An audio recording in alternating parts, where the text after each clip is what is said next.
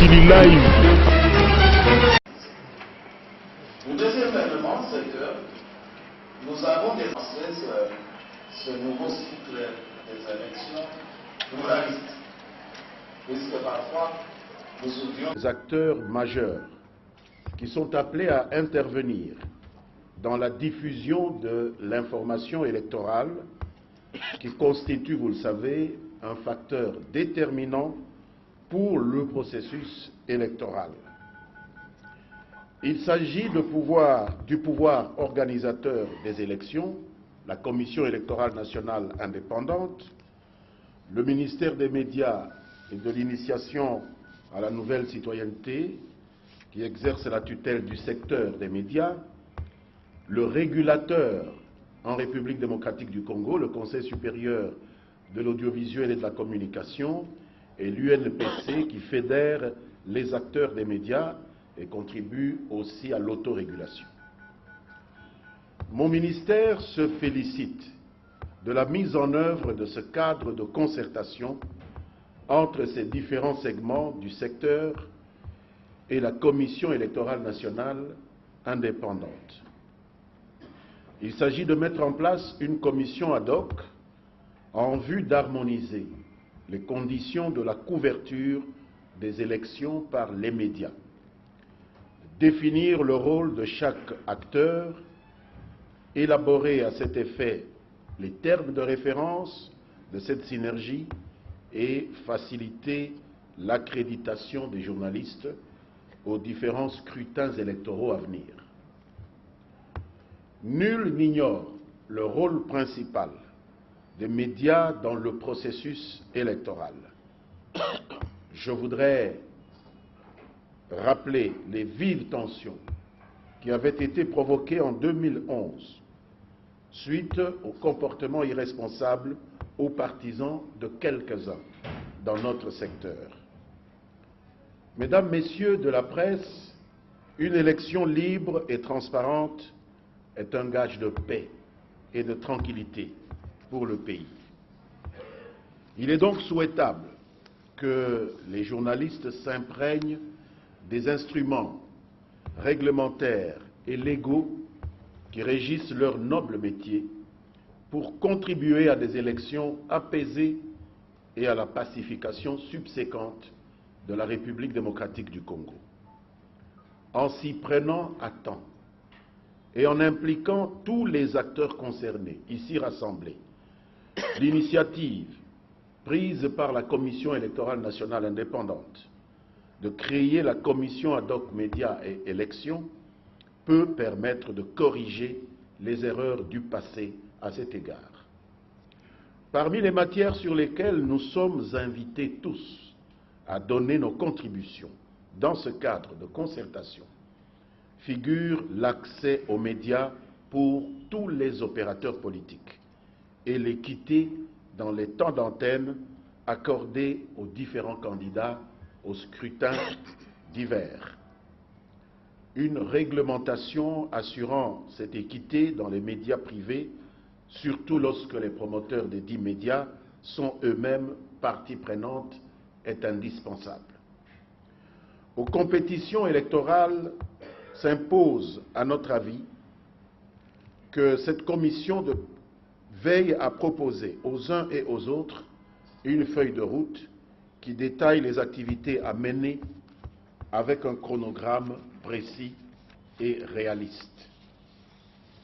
Point n'est besoin de souligner que la matière électorale est encore neuve dans notre pays. Les premières élections démocratiques récentes se situant en l'an 2006.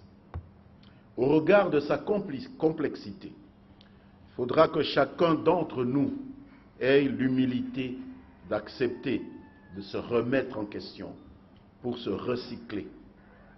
Le journaliste qui traitera des questions électorales aura intérêt à être formé pour informer correctement le public. Je recommande par conséquent à tous les professionnels ici présents le respect strict et scrupuleux des règles déontologiques et éthiques qu'ils connaissent bien, et ce, avant, pendant et après les scrutins, autant que dans l'exercice quotidien de leur beau métier. Comme le disait l'ancien président de l'Union de la presse francophone, Hervé Bourg. Les hypothèses de la feuille de route électorale 2013, vous présentez vos candidats représentés. Richard Ndoukanda Dissounou, le responsable de gouverneur. Sur le proximité, Jusqu'à présent, le vote de... alors vous avez proposé sont eux-mêmes élus par les élus locaux. et si à Kinshasa, ça peut être facile, mais dans les provinces, ça prendra du temps, il faut parcourir.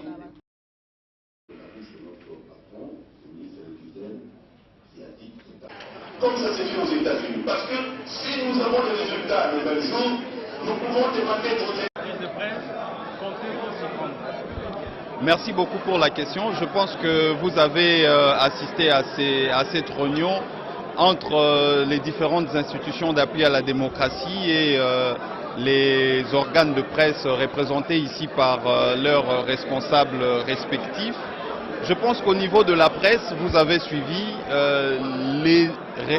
les patrons de presse et les différents organes de presse sont prêts à accompagner le processus électoral en cours en République démocratique du Congo, comme cela a toujours été le cas dans le passé.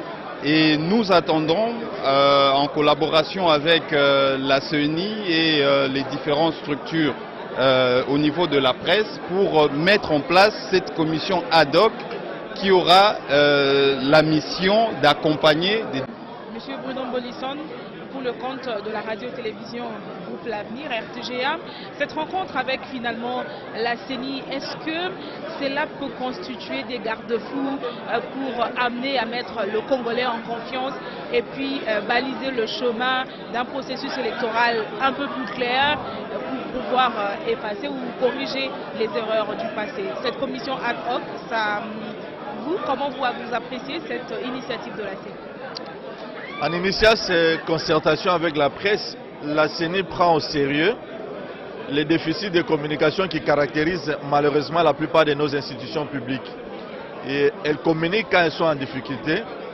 Et ce sont généralement des communications de défense, des communications de rattrapage. Et la CENI se place dans une sorte de prévision par rapport à ce qui peut arriver. Et ça, c'est très important. Par exemple, le document qui a été présenté aujourd'hui aux responsables de la presse, à mon avis, devrait être suffisamment vulgarisé pour qu'avant son examen par l'Assemblée nationale et le Sénat au cours de la toute prochaine session ordinaire, que ça soit déjà vulgarisé au niveau de la population, du public, ou ne serait-ce qu'au niveau des personnes réfléchies de la société congolaise. Et nous avons dit qu'il faut renforcer ces partenariats, il faut renforcer ces échanges pour amortir les chocs, amortir les contestations, mais aussi investir suffisamment dans la communication électorale. Parce que tous les médias ici représentés ne sont pas des médias publics, ce sont des médias privés, généralement commerciaux. Et le gouvernement n'a aucune leçon à donner, le gouvernement n'a aucune prescription médicale à donner aux médias privés qui sont des médias commerciaux. Il appartient à la CENI d'allouer un budget conséquent, avec concertation bien sûr avec...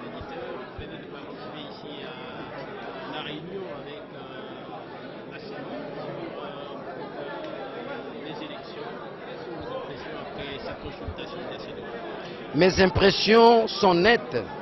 Les années antérieures, l'affaire du journaliste était occultée. Aujourd'hui, l'affaire, c'est pour tout le monde. On n'a pas occulté, on a associé tout le monde. Vous savez, j'aimerais partir de la pensée de Francis Ball. C'est un ouvrage qu'il a écrit. Si la presse n'existait pas, c'est ça l'ouvrage de Francis Ball. Dans cet ouvrage, l'auteur est clair. Il dit ceci. C'est malheureux pour un pays qui gère des journalistes pauvres. Fin de citation. Lorsque vous avez des journalistes pauvres dans une société, vous allez vous attendre à quoi? Vous allez vous attendre à un traitement d'information de manière subjective, parce qu'il est pauvre. Mais quand on donne les moyens aux journalistes, on fait de lui un homme objectif. On fait de lui, comme dit Émile Zola, la conscience critique de la société. Mais l'abbé a compris qu'il doit aller chercher les moyens, et que les moyens qu'il pourra trouver auprès des partenaires pourront servir de base, n'est-ce pas, aux journalistes qui sont d'ailleurs ses partenaires. Parce que nous avons la mission de relayer l'information. Nous avons la mission de convaincre l'opinion nationale. Nous avons la mission d'expliquer nos concitoyens de ce qui se passe, n'est-ce pas, au niveau de la CENI. Si nos concitoyens ne sont pas saisis de l'information en tant que telle, les ramifications conséquentielles, c'est quoi? La réponse est simple, c'est le désordre, c'est la guerre. Donc, les journalistes, nous avons une mission à la fois divine, professionnelle et exceptionnelle.